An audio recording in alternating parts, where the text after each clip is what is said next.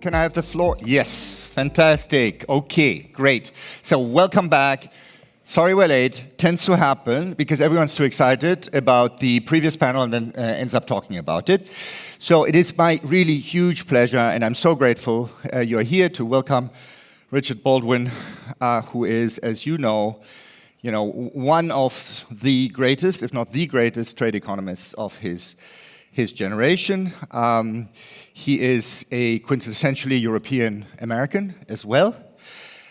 He is now professor at IMD in Lausanne, IMD Business School in Lausanne, and was, of course, for many, many years professor at the Graduate Institute in Geneva, which, is very closely identified with the topic of trade. So Richard and I have a lot in common, but Richard is just sort of 2 notches better at everything that we have in common. So we were both at MIT, we did our PhDs at MIT, but he was ahead of me. I mean, both intellectually and chronologically ahead of me. I'm affiliated with CEPR. Richard was the president of CEPR. I did until just now with Jean Pisani-Ferry edit a little debate page on VoxEU.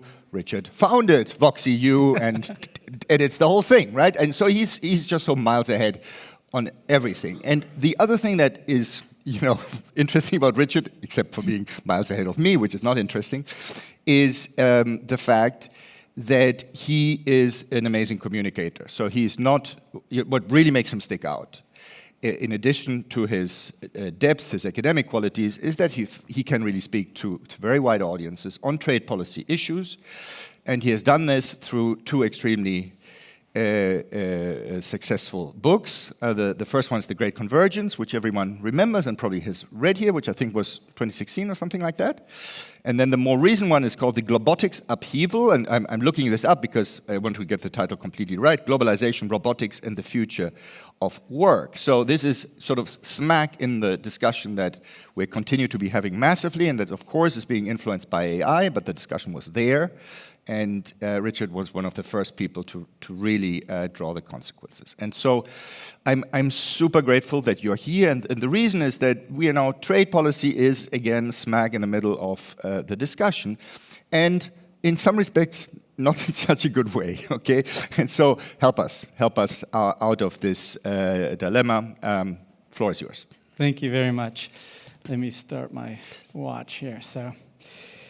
Well, first of all, thank you, Jeremy, for inviting me, giving me the opportunity to share my ideas with this very important audience. I'm a big supporter of Bruegel and have been right from the beginning. I think Bruegel's doing a fantastic job for Europe. And so what I'd like to do is start by, if you don't mind me getting up, I like a moving target here. I'd like to kind of take the feeling of the audience by asking you some questions.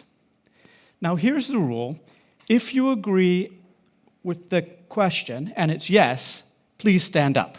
Okay? Can I ask, could we maybe have a bit more lighting in the main auditorium? If the people in the box are hearing us, could you just increase the lighting level so we can see we see what happens. The attendees? Okay. Yes. So here we go.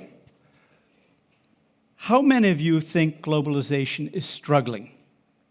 If the answer is yes, please stand up. It's not a joke. Please stand up. Okay. Now, yes. Please stay standing. How many of you think the WTO is in trouble? Raise your right hand. Okay. Now, how many of you think that multilateralism is dead? Raise your left foot. Okay, you got it. It was a joke, all right? But in any case, the idea is that I think the title of the talk evokes a lot of very clear thinking of people that something is desperately wrong going on. Now, I am going to make my talk in 3 parts. And as most of you know, all talk should be in 3 parts, because if they're in 3 parts, they're easier to explain, easier to remember. And there was another one. Okay, now I warmed you up here a little bit. Okay, well, this is not a funny matter, but it doesn't mean we can't have fun when thinking about it because, it's otherwise just too grim. Now, so what I'm going to do now is I'm going to first part, I'm going to set the scene and argue that the world trading system is critical to meeting the 21st century challenges, which are really existential for humanity. Second, I'm going to argue that trade is changing radically in ways that might actually help. And lastly, I want to talk a little bit or discuss how the WTO might help with this and some ideas for potentially recasting the WTO in a way that will help rather than be a hindrance to the whole thing. Okay, so here we go. I'm going to set the scene. This will be like an adult literacy exercise. I will read aloud while you read along, and I'll do it very quickly because you all know this sort of stuff.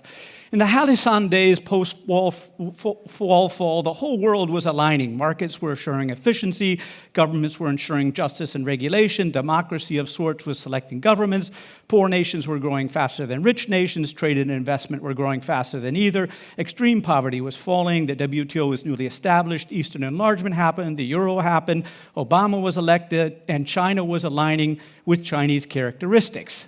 So it was great time to be alive. Then we had a parade of setbacks and shocks. The G7 deindustrialization started, offshoring, rapid emerging industrialization of emerging markets. 1991, we had the Battle of Seattle and anti-globalization riots and all the follow-on. 2008, we had the global financial crisis and the Great Trade Collapse.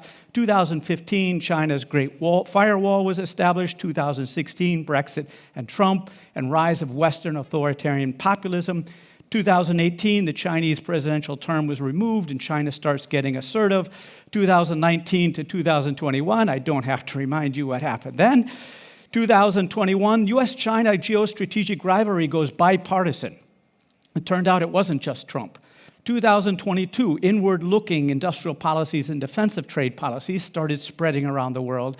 2022, there was weaponization of economic interdependence with the Russo-Ukrainian war, US semiconductor restraints, etc.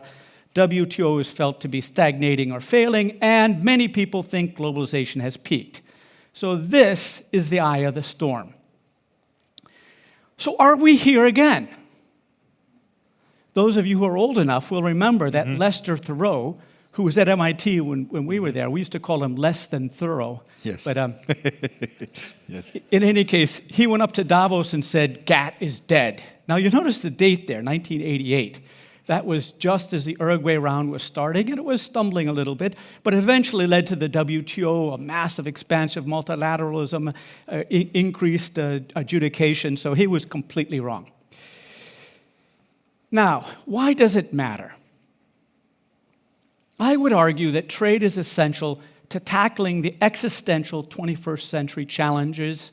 There are many, but I'm going to focus on three. First and most obvious is climate change. Second, these geoeconomic tensions definitely have the potential of messing up the human race again in a huge way.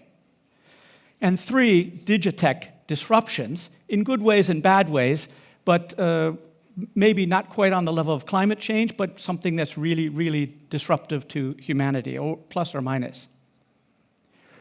So this is the 3 points I was going to make. I'll skip over that because I already said it. Now, trade in the 21st century challenges. I'm going to just go a little bit into the climate change one and leave the other two for Q&A if you're interested. So, climate change, mitigation and adaptation are going to require international transmission of technology from a handful of nations and companies to the whole world. Now, the nations in this orange line here, who are not high-income countries, are emitting, this is current emissions, twice or more than what the high-income countries are doing. Moreover, the orange line is going up and the blue line is going down. Now, what we need to stop climate change is that the technology that the people in the blue line are using gets transferred to the people in the orange line so that they can continue to grow, at least to have a decent standard of living, without emitting as much carbon. So I think the whole thing about degrowth that's just, it sounds good when you're sitting in Europe and you're comfortable and you have a refrigerator and public transport or a car or something. But if several 100 million Indian and Chinese get air conditioners, refrigerators, and cars, we're cooked if they keep using the technology that they've had. So the only way to deal with climate change is massive technological transfer. There will be no climate rescue without trade. So I want to go through 3 facts and a conclusion. First, climate rescue requires massive tech transmission, as I said. Tech is embodied in goods, services, intellectual property, and investment and expertise, all of which were traded. So tech transmission means trade in goods, services, IP, investment, and expertise, and that means that climate change requires a well-functioning trading system. And this is a technology going out, and since this won't be a Boy Scout operation where it's all given away for free and we hold hands and sing Kumbaya, there will have to be counter-trade, where the countries in the orange are paying for the technology of country of the blue. So without a well-functioning trading system, that orange line will keep going up and will be cooked. Geoeconomic tensions. The US-China conflict, which serves as a headline for a more complex set of tensions, this won't be settled inside the multilateral trading system. These big things never are. When the US was fighting with Germany over the level of the Deutschmark and Nixon put on a 10% tariff, that was really a bilateral thing. When the US and Japan were fighting in the late 1980s, early 90s, they took it outside the WTO and they did it bilaterally. And the same thing will happen here. If it gets settled, it'll be a bilateral deal or a small number of countries doing a deal. But whatever the settlement is reached, it will require a well-functioning system to reduce the damage, not just to the big players, but to everybody else who may see the spillover. Digitech disruptions, good and bad. The supply shocks from cyber attacks, for example, will be mitigated by trade because trade allows alternative suppliers. That's a critical thing we saw in the pandemic. Moreover, domestic dislocations, which will come with Digitech, will be easier to manage if demand is not limited just to the domestic market. So again, we'll need trade. Okay, that was the first part. You ready? How am I doing on time? We're fine. Another 90 minutes? So, future of trade is services, not goods. If you want to take a picture and tweet that out, it's okay. And actually, it's all right. I know that a lot of you are on the phone. I can see the things. I'm not feeling bad because I'm assuming you're live tweeting my talk. Is that okay? Is that right? Yeah. Thank you. So, message number 1, trade goods intensity peaked or plateaued. That's true. Here's the chart. This is the value of goods exports over GDP, normalized for 2015 to be 100. And you can see world goods trade peaked in 2008, and this is the source of endless op-ed pieces by people who know some economics, which is always a dangerous thing. And it conveniently happened in 2008, which is when the global financial crisis came. So we have all these dialogues of how we're in a now post-neoliberal world, and we have to imagine what globalization will mean post-neoliberal. There's some enormous change going on. Now, that's a false peak that reveals some true differences. Here I'm going to look at it by sector, that peak by sector. So what I've taken is the total black peak in orange, put it into orange, and separated it into manufacturing, mining, and agriculture. The truth here is that 60% of the drop is due to mining and fuels, and most of that is due to price changes. So you cannot tell stories about the neoliberal world ending because of cyclical moves of the oil price. It was a huge super cycle of commodities, and it came off the boil at that time. About 40% of it is manufacturing, so that you might say some things are changing, but it's much less dramatic. The second false peak, which reveals true differences, is when you look at this by nation. It is a fact that 2008 peak is an illusion. It's a chance combination of diverse national trends. China peaked before 2008, US, Japan, and India peaked after 2008, and the EU didn't really peak, although it might have plateaued. So if you want to tell a global, overarching story of how the world capitalism changed in 2008, you're making a mistake. Now that peak is telling us something, but it is not telling us that globalization's over. Message number 2. Service trade intensity did not peak or even slow. World services trade ratio didn't peak. So this is the world trade in services as a percent of GDP between 1975 and 2019. And as you can see, although there was a little blip in 2008, it is still growing. It doesn't look like it's slowed down at all. So when you talk about deglobalization, you might have an argument when it comes to goods, although you'd want to look into the national experiences. But when it comes to services, it's wrong. It's still growing very, very quickly. So here, service goods, I'm going to look at the trends. So this is going to be in levels, not ratios. And to keep things on the same scale, I put 1990 to 100 to see how modern services, sometimes called other commercial services, grow. That's services except transportation and tourism, basically. So, and goods. The fact is, world goods exports rose 5 times since 1990. World services rose 11 times since 1990. So if you look at services as a percent of all international commerce, it has risen very sharply since 2010.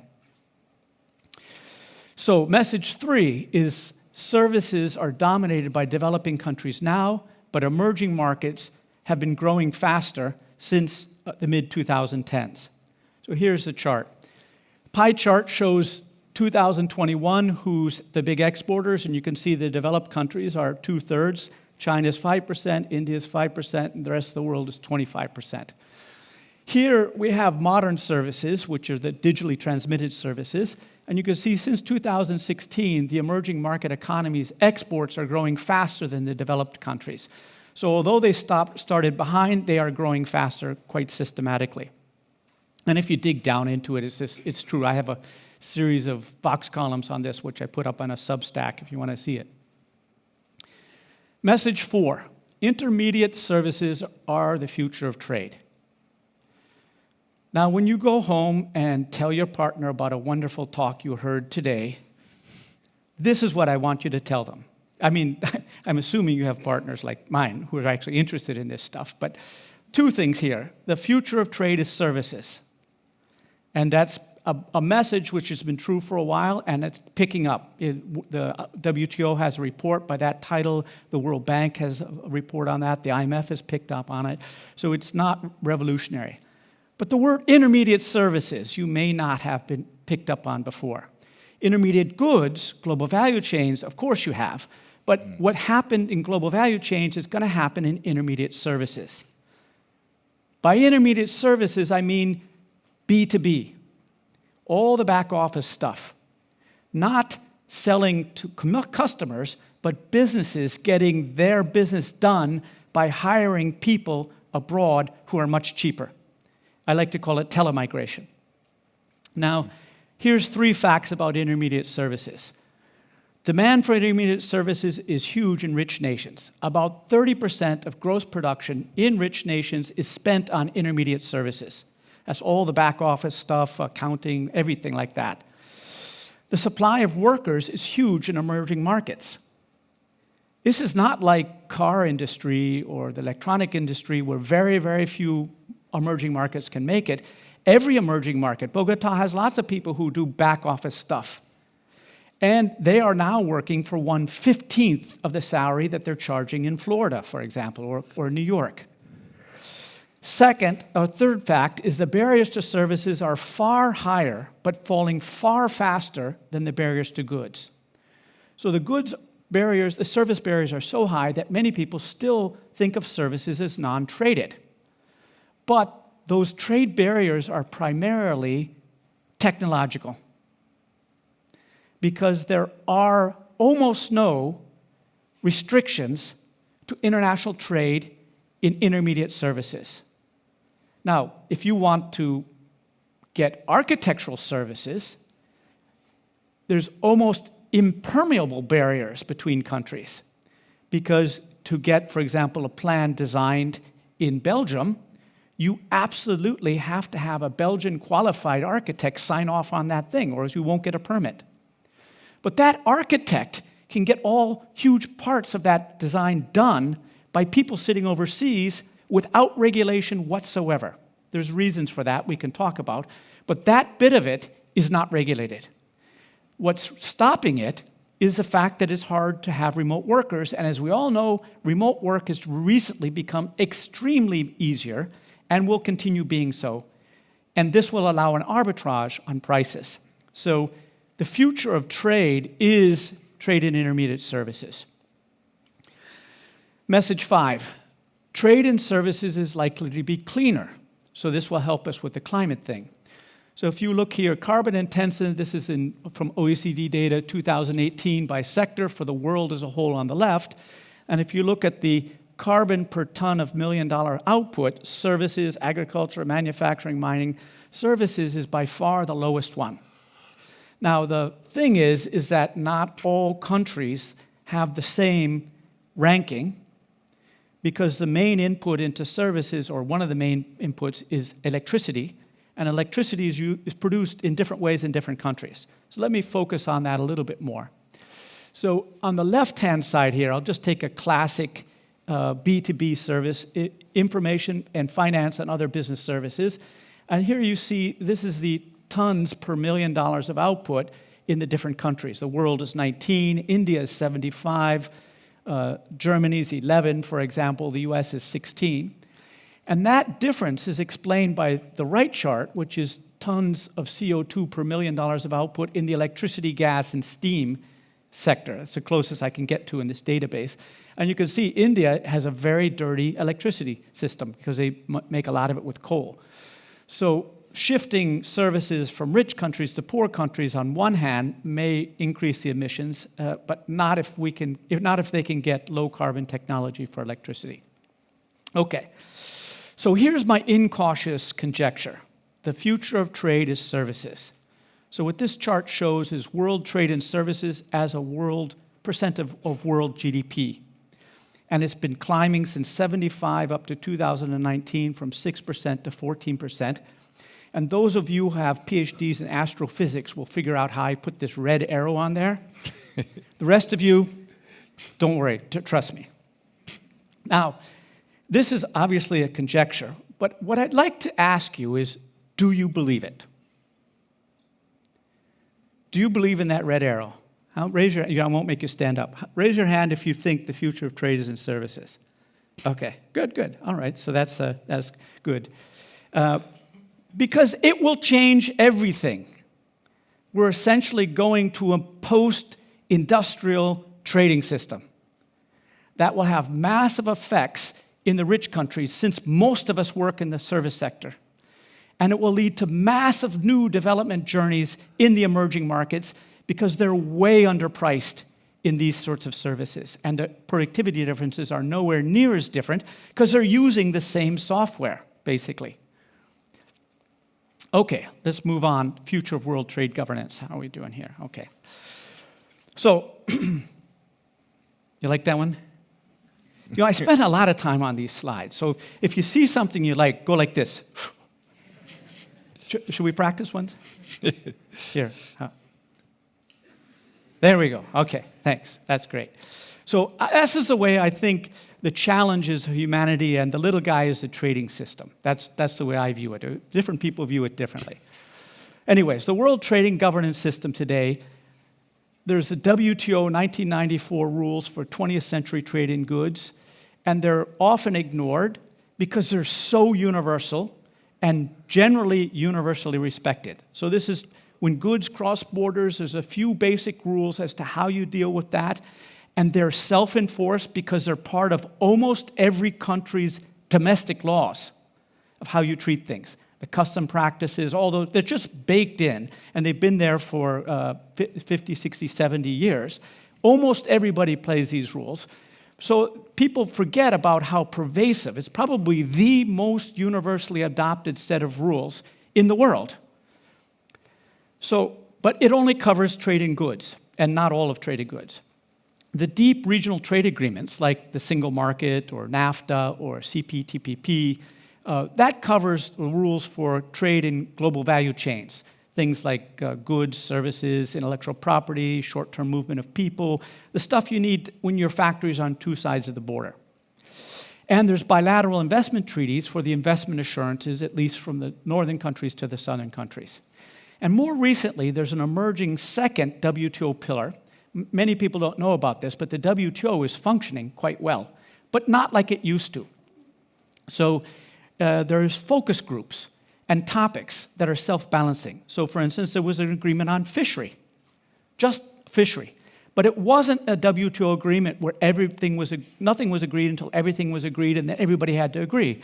There was a group of countries who signed this, a large group of countries that involved the main people there, and their rules will undoubtedly spread to everywhere else.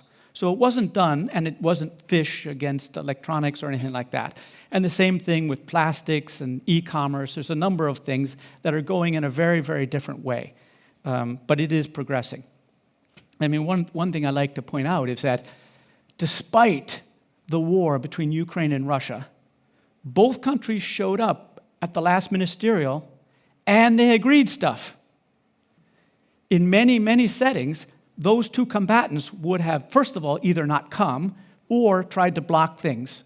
But when it came to the WTO, they allowed this stuff, partly it's because of negotiation, but things are advancing. So future hopes and directions. The grand 21st century challenges offer opportunities for the WTO to move beyond the exchange of concession negotiating dynamic that it's always been characterized by, to shift from commercial logic to saving humanity logic. And when I was talking with diplomats in Geneva about what happened at that last ministerial conference, especially on fisheries, what they said was when the dialogue went from, this fish size, that fish catch, to look, there's 1 billion people who rely on these fishing stocks, and unless we do something, they're going to starve. That went into a kind of higher level discussion of what the WTO has to do to meet the challenges, and that, the diplomats said, was an important part of getting past the log jam that had been holding these things up for literally a decade. So here's my hopeful message on the WTO. I call it WTO rising. The WTO is struggling, built up around yesterday's consensus to tackle yesterday's challenges. It's pushed to the breaking point by entrenched disagreements of today. I wish I wrote that sentence, but it was my co-author, Grubinsky, Dmitry Grubinsky, very famous internet guy, Twitter guy. And anyways, never mind. We just published an article on that. It will need reimagining if it is to rise to the 21st century challenges confronting humanity, and rise it must, as I argue. In particular, there will be no climate rescue without trade. And it's hard to imagine a well-functioning trading system without the WTO. So here's the idea. The WTO saves the climate, while the climate saves the WTO. What we need to do is focus on all the things that must cross borders to mitigate global warming and to enable adaptation needed to save millions of people from too much heat, too much seawater, and too little fresh water. That's what the WTO's mission will be. And the Director General, I've known all of them since Peter Sutherland. This one is very different. Ngozi has credibility, she is a rock star in international affairs, and she is taking this mission. For example, she was the first Director General of the WTO ORGAT who was invited to the COP talks, the climate change talks. Nobody thought that you should invite the trade guy. Why? What's that got to do with it? And in fact, the two groups really don't like each other. But I think that the WTO's contribution to mitigating and adapting will soon become viewed as critical. And then the countries with the orange line going up, they'll be exporting services to help pay for it. Okay, so that's the end of it. Thank you very much. Fantastic. Great. Okay. Wonderful. So I think we have about 10 minutes for questions. It would be really wonderful if we could get more light in this room, because then we could also have the roving mic rather than really forcing everyone to go on Slido. This said, we do have already several questions on Slido. French. Maybe the staff speaks French. Yeah, maybe. Do you want to try? Oui. Si vous pouvez lever les lumières dans la chambre, c'est possible? Lennart, do you want to try and just go up to the box and see what you can do? Okay, great. But we do have, oops, my Slido thing does not work. Fortunately, we have some here. Digitech disruption. Right. There we go. Exactly. Okay. So do you want to start maybe by what you see on that thing? And I need some help with this little device. I can just start with the first one there. So the question is, how do you see a series of EU recent initiatives in trade and other policies in terms of responding to deglobalization, atmosphere, and climate change? So no, I mean, to me, I think it's really about China. There's two separate pillars. Obviously, the whole green initiative is leading to the CBAM, which is totally separate. Nothing to do with deglobalization. It's really the European Union wants to make it politically acceptable to raise the taxes on carbon inside Europe, and are also hoping that it'll spread it to other people. It has nothing to do with deglobalization or the tensions. But probably more recently, and more unlike the EU, is the kind of non-multilateral stuff, the aggressive, what is it called, the strategic autonomy. Yes. Europe never talked like that before, but because it really is China. And for a whole series, when China went after Lithuania, for example, that was an issue. When China is buying some of the German companies, that's starting to be an issue. And people are saying, look, we got to think this through. We're not in Kansas anymore. So I think of those, I think the last one with the strategic autonomy is a response to the geoeconomic tensions. But it's not just China. It's also, remember that Trump put tariffs on Europe for national security reasons, as if Europe was not an ally of the United States. So where you saw was the largest country in the world being unreliable, no longer a partner you could trust, and also in particular, not somebody you could just follow behind in confronting China. So it was both the US and China, the two largest trading countries in the world, became unreliable compared to what they used to be, and these are reactions to them. Right. But nothing to do with, Okay, thank you so much for giving us more light. I think there was a question. Guntram, please. Is there a mic for Guntram? Yes. Guntram Wolf, former head of Bruegel. Yeah, hi everybody. Great to see you. And so I'm now at the German Council on Foreign Relations. And I wanted to challenge one point that you made, which is about the orange line of the emerging economies going upward in their emissions because of a lack of technology. I mean, it's obviously true that it's the emerging economies driving the increase in annual emissions, but is it really due to the lack of technology and lack of access to technology? If you look at which countries actually are driving that orange line, China stands out by far. I mean, if you look at the last 10 years, it's been basically China driving like 75% of the increase in annual global emissions in the world. So is China really not having access to that technology? I would argue on the contrary, China is actually controlling much of that technology, right? I mean, China is number one in solar, it's number two, I guess, in wind and in many other technologies. So, I mean, I totally take your point on the technology transfers for all the other countries, right? But for China, I'm just not convinced. Before you answer, can I add another question from here? So you're getting two challenges. One is Guntram doesn't believe in the premise that trade is the solution. And Anonymous here thinks that he may believe in the premise, trade may be the solution, but he doesn't think that tech transfer will happen to combat climate change. And he points to the fact that during the COVID crisis, the vaccine patent waiver did not work out. I think this one's probably easier to answer than Guntram's, Right. but you go ahead. Right. So on the, it's almost by definition that if you're producing GDP with a higher level of carbon, you're using a different technology. And it might be a technology related to the fuel or whatever, but it is absolutely a fact that the GDP, the carbon emitted per dollar of GDP is higher in the countries with the orange. And more or less, it's a question of whether it's economic to adopt it or whether they can adopt it or whatever. But in any case, in the blue, it's going down because generating much the same GDP, but with a much lower emissions. And that's not got to do with the quality of the labor or the quality of the capital. It has to do with technology, almost by definition. Now, what we can discuss is whether they would actually implement it, would change the rules, whatever. But what my statement was, unless they produce their GDP with a lower emissions per $1 million of GDP, we're cooked. And the only way they can lower that is some sort of technology, using better technology, more carbon-saving technology.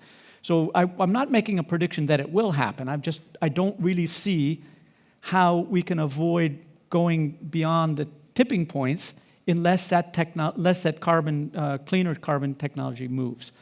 So the second one I already forgotten. Sorry about that. The point is that during the COVID crisis, the vaccine patent waiver did not work out. How likely is it for tech transfers to happen to combat climate change? Yeah. Because you think they're embodied in goods, right? Right. Services, trade. So I do think that somebody's going to have to make money. This is not give it away, which was the idea with the COVID vaccine.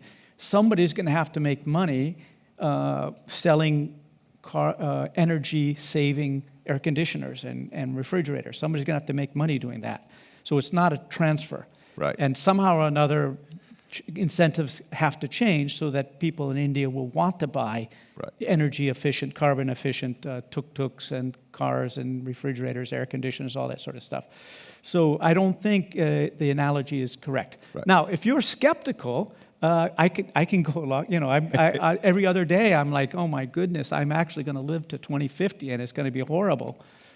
And the other days, I think that we will be able to do it, but in any case, we have to. Can I add one more challenge, which is neither Guntram nor this one, but it's basically the IRA stuff, Inflation Reduction Act, and sort of the idea, which was very nicely explained in a paper by Kim Clausing and Catherine Wolfram, I think for the Journal of Economic Perspectives, that discrepancies in the approaches to climate change, mostly price-based in the EU, mostly subsidies-based, can be a problem for trade because it distorts competitiveness.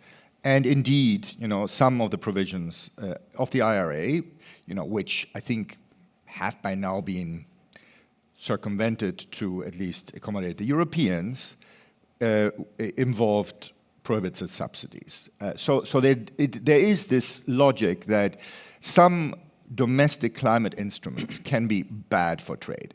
How do you reconcile that with the main thesis? Right. So I think you're absolutely right. Basically, we need governments to distort production incentives, which will distort trade, to shift people to using more climate efficient, or more carbon efficient technology. That will involve subsidies, taxes, regulations. It will distort trade, and I think we just got to accept that this is different. Now, it's not the first time. So, for example, when agriculture came into the WTO, there was a red box, an amber box, and a blue box, and stuff like regional subsidies or R&D. That was not considered actionable. And I just think we're going to have to create a big green box for green things. So that's one thing. And the other, on this particular IRA and the European response, that's probably how it's going to happen. It's a race to the top, which looks like a race to the bottom. Right. And I think that's, to pull everybody along, it's going to be, everybody has to do it.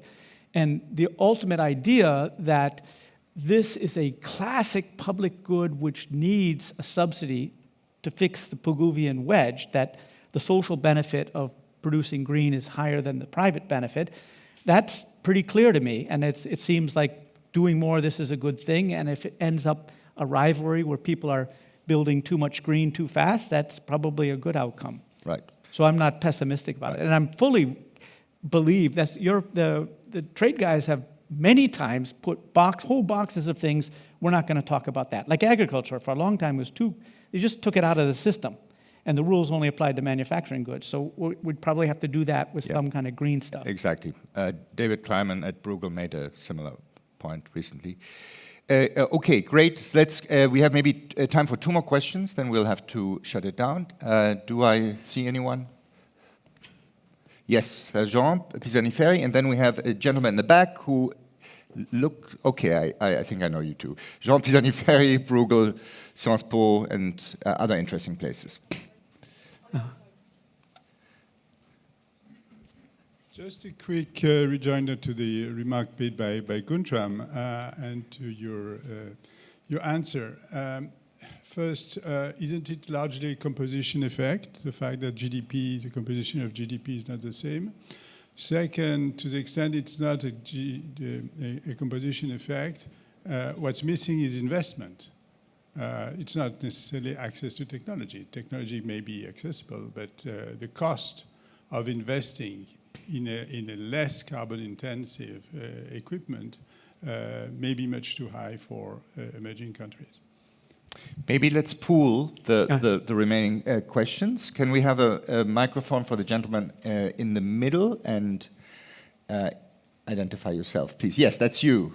Are you Jacob? Yes. You are Jacob. Okay, Jacob Kierkegaard, German Marshall Fund, and PIE. Well, thank you. I guess I wanted to challenge the sort of services trade growth story. Because, I mean, so far, I think, obviously, empirically, you've been right so far, but I guess I would argue that a lot of the technological development has been trade facilitating, a decline in internet costs and services, etc. But I don't think you need to believe that much of the AI hype to think that there is a risk that AI turns out to be a lot cheaper than Bangalore as a services trade supplier. So doesn't that worry you for this whole idea that, one, it's going to keep the red line at the end that you had for continued services growth, and then finally, if that turns out not to be the case with this services growth, how is the South going to be paying for all these climate mitigation technologies? Thank you. I'm going to push in a third and last question by Harald Hirschhofer. No, sorry.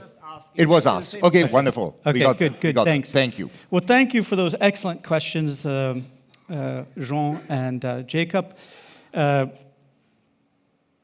Composition. So the data I'm using here is OECD trade and carbon data, and they have 37 sectors. And if you look at the emerging markets in every single sector at that level, they're dirtier, almost universally. A couple industries are less. But basically, everything they're doing is involving more carbon per $1 million of output than others. So even holding relatively narrow industries together, they emit more. So, and whether it's investment, of course, you need, much of this stuff is embedded in capital, not all of it, because some of it's IP and some of it's expertise, but you do need to investment. And I'm not saying that just allowing the carbon-efficient technology that exists in a handful of companies, in a handful of countries to move everywhere, that's not the silver bullet. That's a necessary condition, not sufficient. So eventually they will have to figure out a reason why they're not going to build coal plants. They're going to build more efficient, or if they do build a coal power plant, they put in a scrubber, something like that. I don't know if I answered your question, but I'm standing up here and you're sitting down there, so we'll move on. Jacob. Oh, I'm sorry. Yeah, that's right. I did both. Jacob. So this is the point that artificial intelligence and remote intelligence, which is what I'm calling one word for trade and intermediate services. So it's smart people sitting somewhere else telecommuting in. So it's a remote intelligence. So your point is that AI and RI may be substitutes. Mm-hmm. So all these back office jobs may be substituted away. Now, fortunately, I have an article which is just appearing in World Economy, which says, which the title is, "Are AI and RI substitutes or complements?"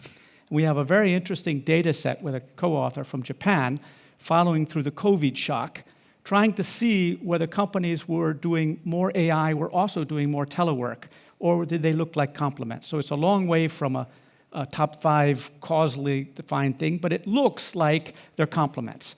Where people were doing more telework, they were also engaging in more office automation.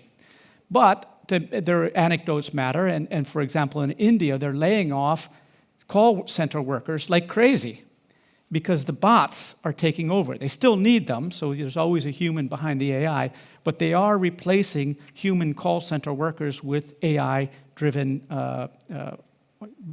robots, white-collar robots, so to speak. So there's part of it. And in this article, which I was talking about, what we have is the globotics diagram. Globotics is globalization and robotics. So on this axis, we have each sector's automatability score coming from Osborne and Fry. So each sector, more or less. And on this scale, we have its teleworkability on the Dingle and Neumann phrase. And we put the American and British and Japanese and a bunch of other countries, each of their sectors we put there. Now, the ones you're worried about are in the top right, where it's both automatable and teleworkable. And there may be some substitutability going on there, but there's also ones down here, there's ones over here, there's ones over here. So I don't think that we're looking at, there will be no more office work, BTB office work, but it will change nature. So it's a good point, and I think it's going to mitigate, or at least especially change the way these services expand. But I don't think it's going to end it. Thank you so much. So we're going to end this session, but the conversation is not over. We have 2 sessions related to climate and 2 related actually to trade, including one with a provocative title, Protectionism versus Multilateralism. How should the EU position itself, with Thierry Bertrand, the Commissioner for the Internal Market, as the keynote speaker.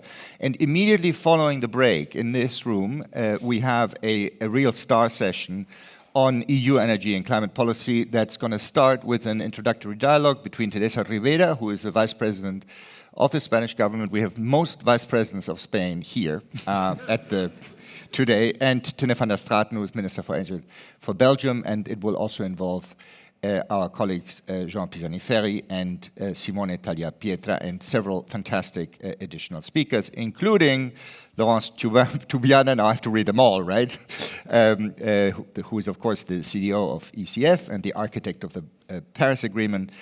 Kurt Vandenberger, the DG for the European Commission's DG Klima, and Leonhard Birnbaum, who is the CEO of E.ON, a Bruegel member. So go get some food and be back in time, because we cannot have this delay ripple through the rest of the day.